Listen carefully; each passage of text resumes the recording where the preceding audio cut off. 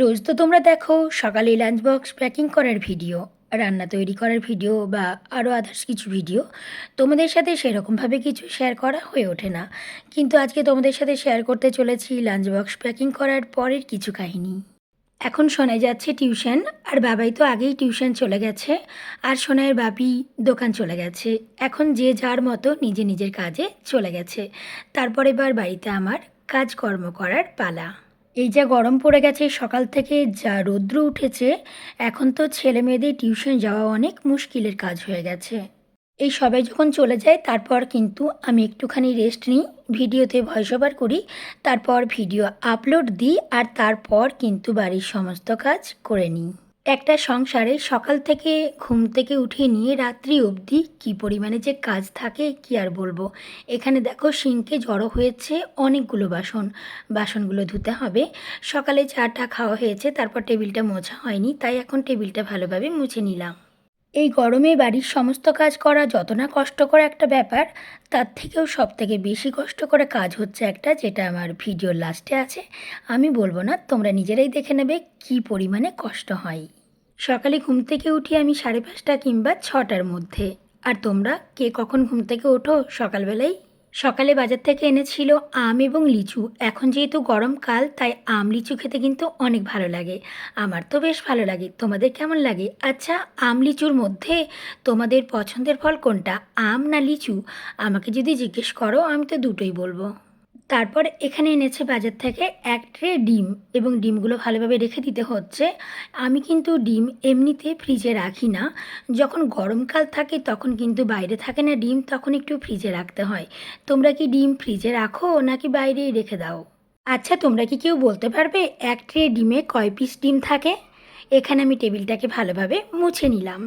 এমনিতে তো আমি যখন বাড়িতে কাজ করি তখন কিন্তু কোনো রকম কোনো ভিডিও শ্যুট করা হয় না, এবং তোমাদের সাথে কোনো রকম কোনো ভিডিও শেয়ার করা হয় না। তবে দু একটা ভিডিও শেয়ার করা অনেক ভালো, কেন বলো তো?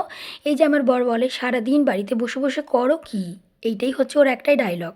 তো এই রকম ভিডিও যদি শ্যুট করে রাখি এবং পোস্ট করি, তাহলে কিন্তু ও দেখতে পাবে যে হ্যাঁ, বাড়িতে কিন্তু আমি অনেক কাজ করছি, কি বলো? আচ্ছা, তোমাদের বড়রাও কি এরকম বলে থাকে নাকি যে বাড়িতে বসে বসে কি করো সারাদিন? কার কার বর এরকম বলে বলো তো? আসলে একটা সংসারে খুঁটিনাটি অনেক কাজ থাকে, এই কাজের কিন্তু হিসাব কাউকেই দেওয়া যায় না। এখানে আমি এক হাতে ফোন আর এক হাতে কাজ কমপ্লিট করছি। এক হাতে ফোন নিয়ে এক হাতে কাজ করা কিন্তু একটু কষ্টকর একটা ব্যাপার, কিন্তু যেহেতু আজকে ভিডিও শ্যুট করছি, তাই এক হাতে ফোন আর এক হাতে কাজ করতে হচ্ছে। আসলে ভিডিও করাটাও তো একটা কাজ, তাই না?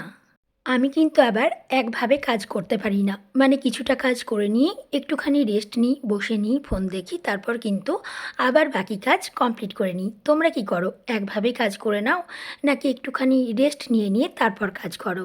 কাজ করতে করতে সেই কখন থেকে ভাবছিলাম আম আর লিচুটা কখন খাবো।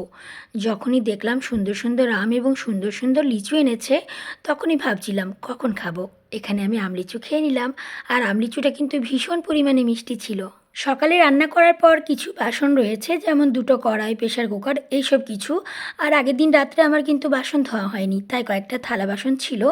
তারপর কিন্তু এক গাদা বাসন একসাথেই জড়ো হয়ে গেছে, এবং সব বাসনগুলো একা হাতে ধুতে হচ্ছে। আমাদের বাড়িতে কিন্তু প্রচুর বাসন হয়, আর এত বাসন একা হাতে ধুতে হয়। আমি তো মাঝে মাঝে আমার বরকে বলি, এই বাসন ধোয়ার জন্যই মনে হয় আমার জন্ম হয়েছে। সারা দিন বাসন ধুতেই থাকি। আমাদের বাড়িতে কিন্তু কোনো কাজের মেয়ে নেই, একা হাতে বাসন ধুতে হয়, কাজ করতে হয়।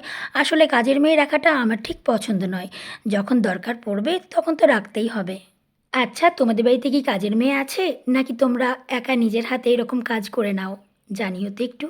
তবে নিজের কাজ নিজে করা অনেক ভালো, আমার তো তাই মনে হয়। তোমাদের কি মনে হয়, নিজের কাজ নিজে করা ভালো, নাকি কাজের মেয়ে কাজ করে দিয়ে যাবে, নিজে আরামসে বসে থাকা সেটা ভালো?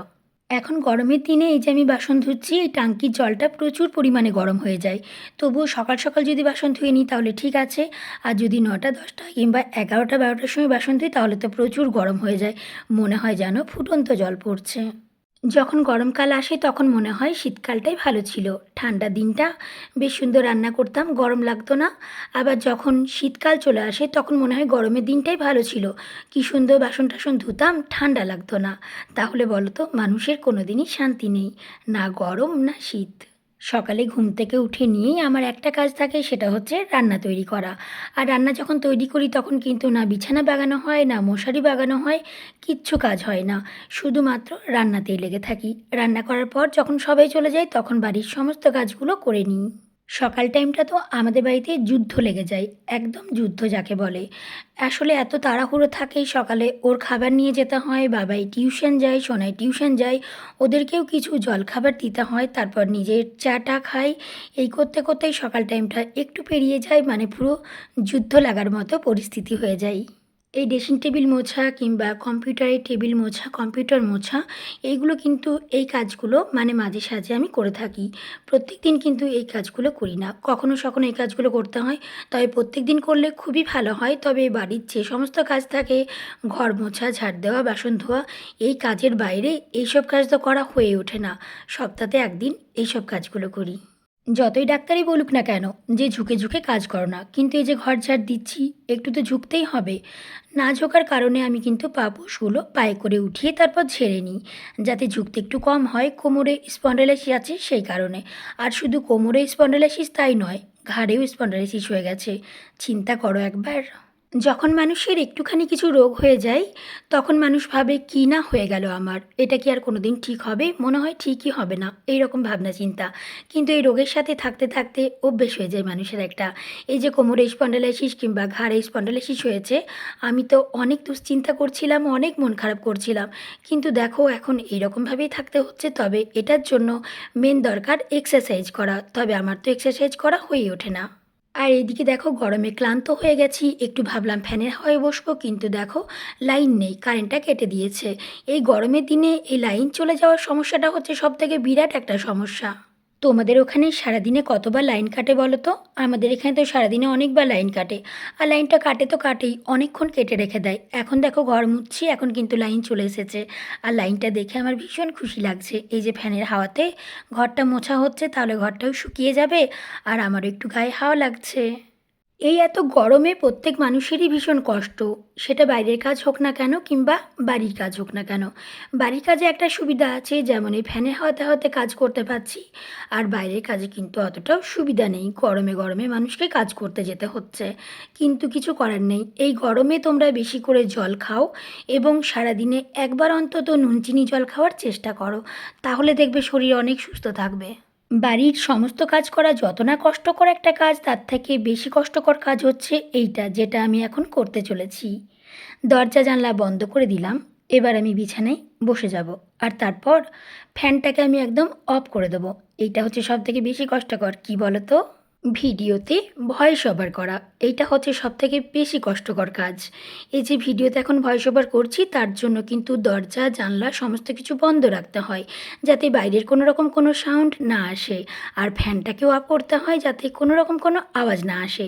তাহলে বলো হলো না? এটা সবথেকে বেশি কষ্টকর কাজ। যারা প্রত্যেকদিন ভিডিও তৈরি করে এবং ভয়েস ওভার দেয় ভিডিওতে, ভিডিও পোস্ট করে, তারা এই ব্যাপারটা ভালোই বুঝতে পারবে। ভিডিও করাটা কিন্তু মুখের কথা নয়। আমার ভিডিওটা তোমাদের কেমন লাগলো জানাতে ভুলো না। সকাল থেকে পুরো দেখালাম সমস্ত বাড়ির কাজকর্ম।